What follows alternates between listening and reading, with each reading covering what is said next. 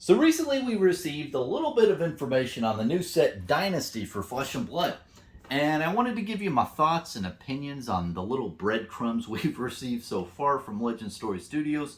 And I wanted to hit a couple of topics today. I want to talk about lottery cards, and I want to talk about equipment that grants talents. Now, overall, Dynasty looks really nice. It's really coming off the backs of Uprising, so it's going to that feel. We're still in the land of Volcor and now focusing on the Emperor. Before an Uprising, I feel like we're focused more on the peasants and the villagers who are rising up and doing the Uprising. Now we're focusing more on the Emperor, right? And this whole dynasty thing. And it makes sense with the verbiage. Like dynasty is like the Emperor's dynasty, whereas Uprising is focused more on the people who are uprising against the Emperor. So it's a cool, like, duality that we have between these two booster boxes, if you will. And I think duality is a really big thing in Flesh and Blood. And one thing I want to point out is that this is an expansion set. I just learned that the other day. And what's interesting about that is before Legend Story Studios like to do core set expansion.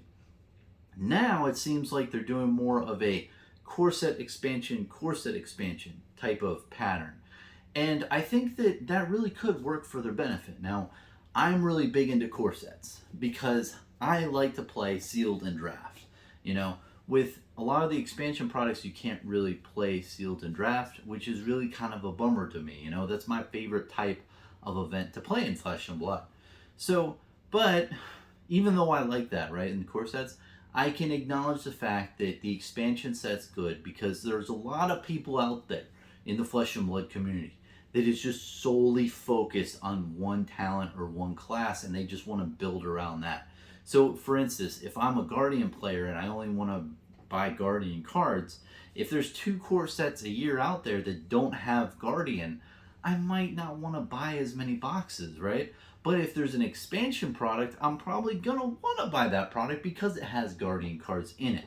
So it's really catering more towards people who, want to get the cards that they need for the class that they want. I can see a shift being made, and I do see why more expansion products would be better for the market overall for consumers.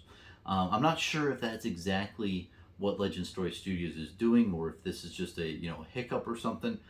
Be interested if someone comment down below on that.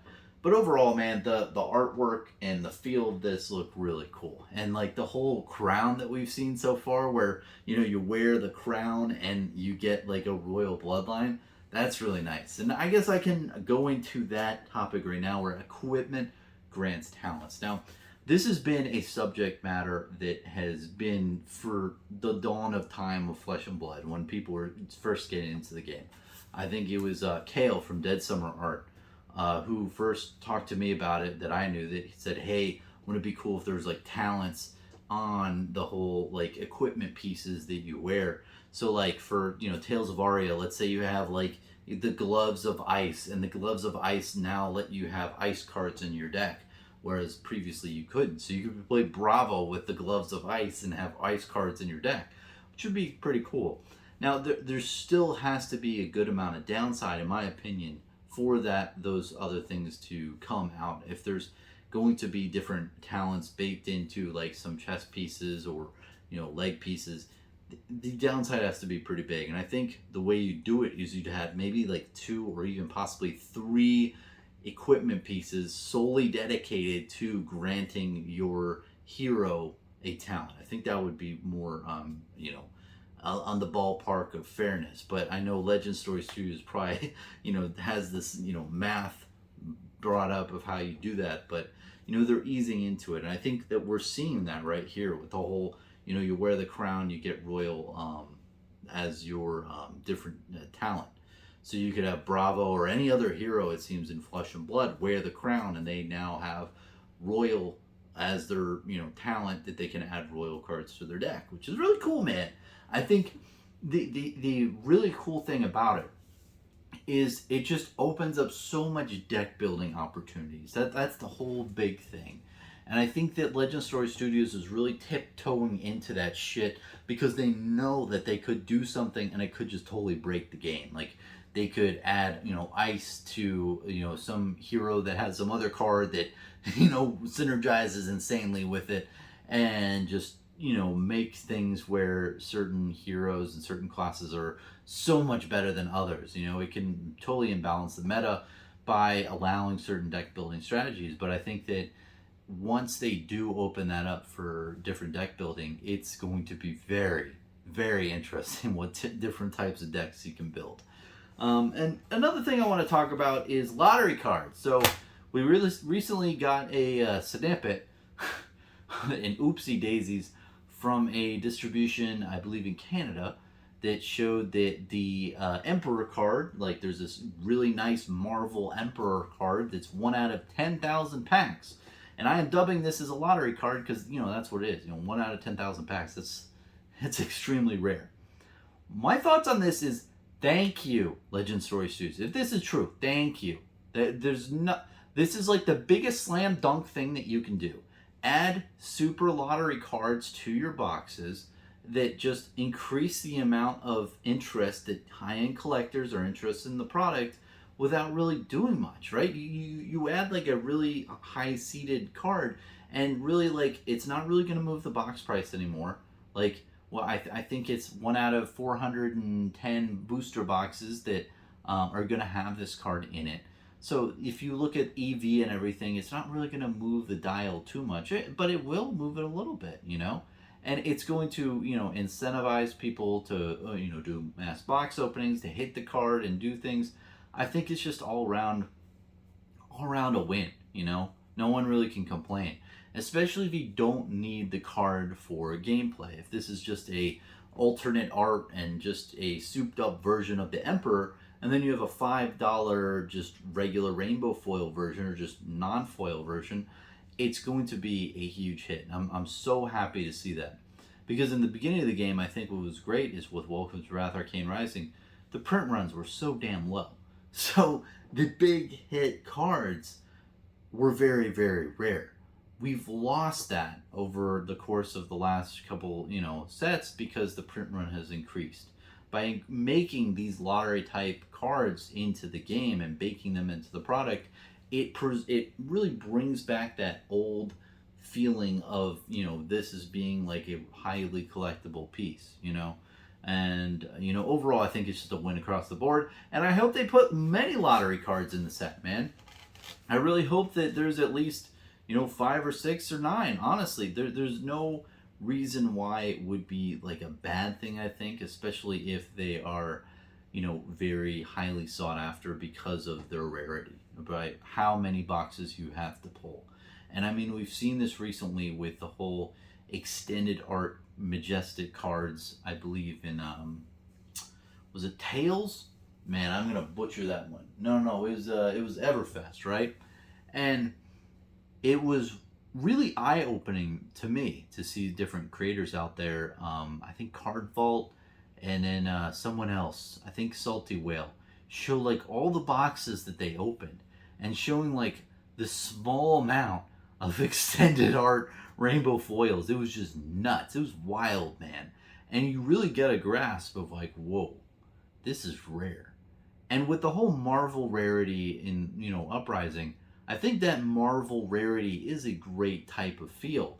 But I think it's really tarnished now because the pull rates of Marvels was pretty high, And we don't know the pull rate as much with Uprising at all, but what I can tell you is that versus any other card in Flesh and Blood, when I pulled a Marvel and I looked at the backside of the full art cold foil, it just was breathtaking.